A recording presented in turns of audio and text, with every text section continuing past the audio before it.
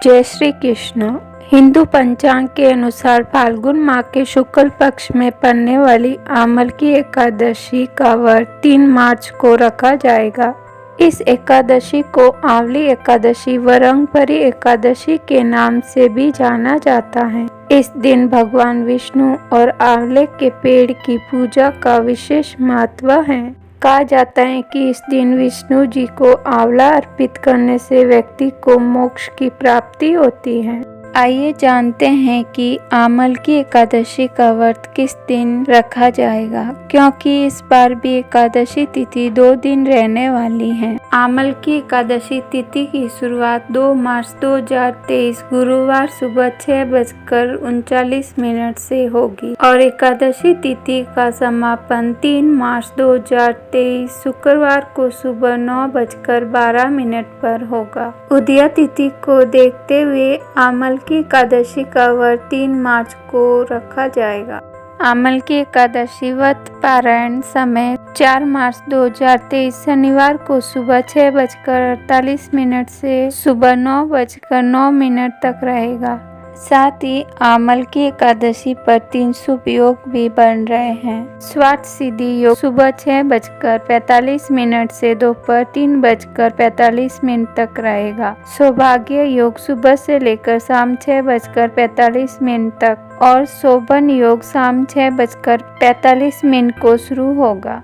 आमल की एकादशी का महत्व। आमल की एकादशी के व्रत का विशेष महत्व है। माना जाता है कि आमल की एकादशी आंवले के पेड़ की उत्पत्ति से संबंधित है। पौराणिक कथाओं के अनुसार भगवान विष्णु ने सृष्टि की रचना के लिए ब्रह्मा जी को रचा था। इसके साथ ही आंवले के वृक्ष का भी जन्म हुआ था। आंवले को भगवान विष्णु ने आदि वृक्ष के रूप में प्रतिष्ठित किया तथा उनके हर अंग में ईश्वर का स्थान बताया गया है। इसीलिए इस दिन आंवले के पेड़ की पूजा करने से सुख समृद्धि प्राप्त होती है।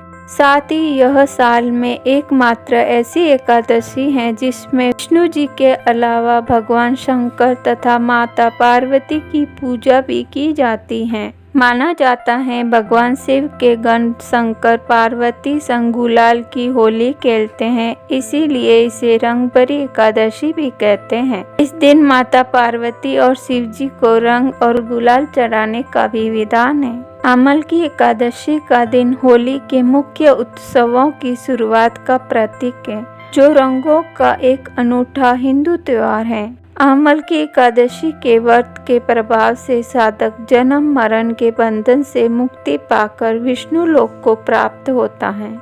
आमल की एकादशी कथा।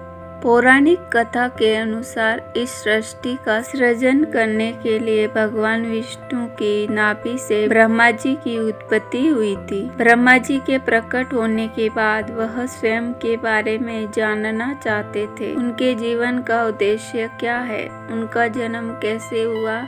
उन्होंने इन सभी सवालों के जवाब जानने के लिए भगवान विष्णु की तपस्या आरंभ कर दी। सालों तक ब्रह्मा जी तपस्या में लीन रहे। ब्रह्मा जी के कठोर तप से प्रसन्न होकर जगत के पालनहार श्री हरि विष्णु जी ने उन्हें दर्शन दिए। भगवान विष्णु को अपने समक्ष पाकर ब्रह्मा देव भावुक हो गए। उनके दोनों आंखों से आंसू बहने लगे। उन आंसुओं से ही आंवले के पेड़ की उत्पत्ति हुई। शास्त्रों के अनुसार उस दिन एकादशी तिथि थी। श्री हरि ने कहा कि आज से जो भी फाल्गुन शुक्ल एकादशी को व्रत रखकर आंवले के पेड़ के नीचे उनकी पूजा करेगा या फिर पूजन में आंवले का फल उन्हें अर्पित करेगा, उसे जन्म मरण के बंधन से मुक्ति मिल जाएगी। भगवान विष्णु ब्रह्मा जी से बोले कि ये पेड़ आपके आंसू से उत्पन्न हुआ है, इसलिए इसमें समस्त देवताओं का वास होगा।